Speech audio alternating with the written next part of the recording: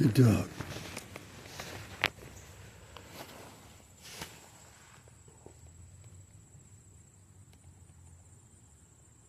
Good dog. Love you. Love you. Good dog.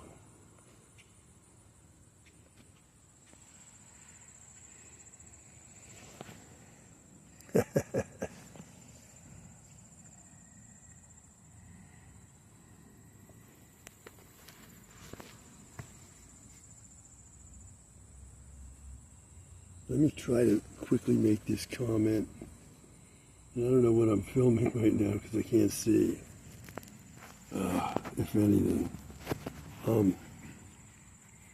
saw this special on Japanese television, and it was about Japanese war criminals after World War II.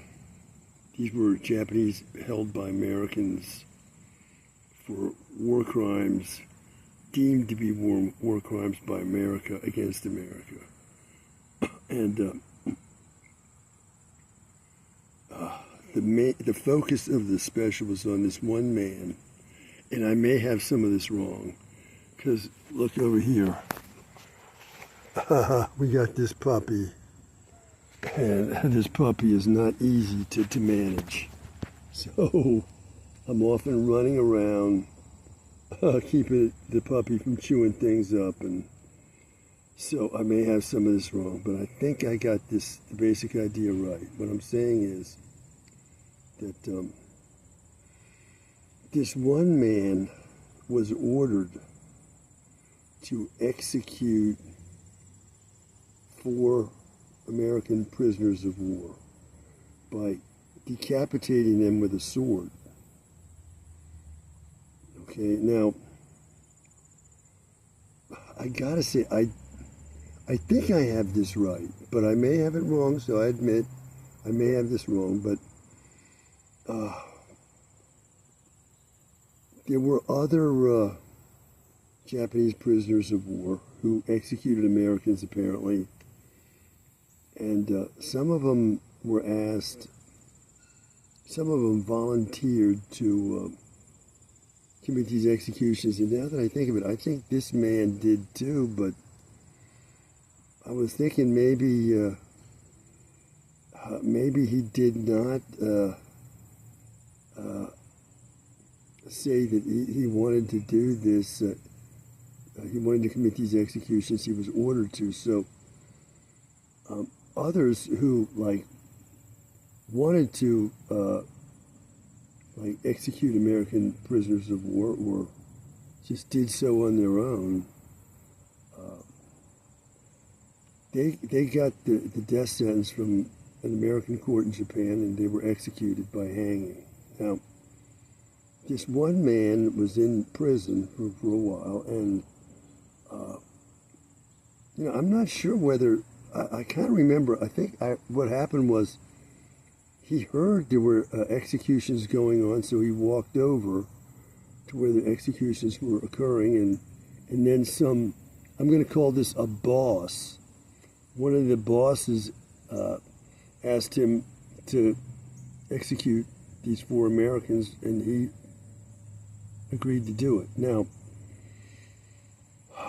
the point here is that this man remained in prison, and then the Korean War started up, and when that happened, America got distracted from the remaining Japanese being held in this prison, and it left the prison, America did, and went took the soldiers that were manning that prison out of Japan and sent them to Korea to fight against the North Koreans, and that prison fell into the hands of the Japanese, who eventually commuted these sentences, and this man, who was sentenced to I think he was sentenced to life in prison, not hanging, and his sentence was commuted, and he got out of prison and lived a very productive life in Japan afterward. Now,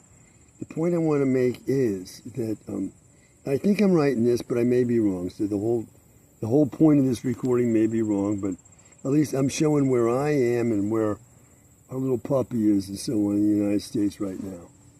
On 18th of August, 2026 at around 12 minutes after 10 a.m. So it looks to me from what I saw of this program that this guy got his life sentence commuted because he was following orders from the boss. Okay? So therefore he got off on that basis. He was just doing what the boss told him to do. He hadn't had control over 4 prisoners and just executed them because he thought they deserved death for what they had done to Japanese. Anyway, it so happens that this town that this guy lived in Japan was heavily bombed by America right before these American prisoners showed up.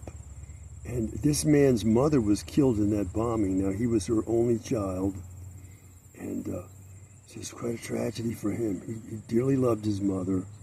His mother was killed in that horrific bombing, essentially, of what? Japanese women and children and old people. So, you know, it was the point of one of the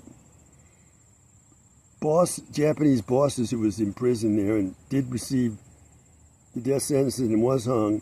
He was saying to his fellow prisoners that, to the Americans as well, he was saying, you were dropping bombs on women and children here in Japan, indiscriminately killing innocent people at the end of this war.